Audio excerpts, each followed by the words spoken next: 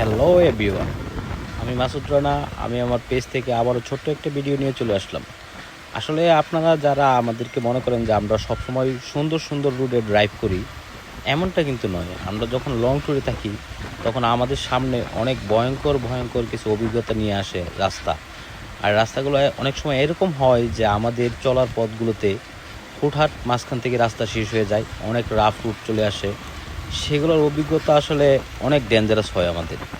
আসলে অনেকেই ভাবে যে আমরা শুধু সুন্দর সুন্দর ভালো ভালো রুটে এক্সপ্লোর করি।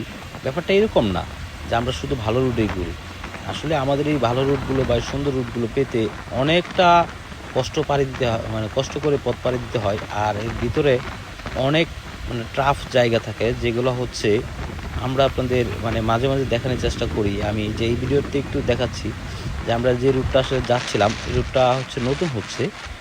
এই কিছু দূর রুট আছে, আবার কিছু দূর নেই। ধুলা বালি কাদা গর্ত, এবার সব কিছু মিলে এতই ট্রাফ ছিল, আর সারা রাত্রের জার্নি ছিল অনেক কষ্টকর। ধন্যবাদ সকলকে।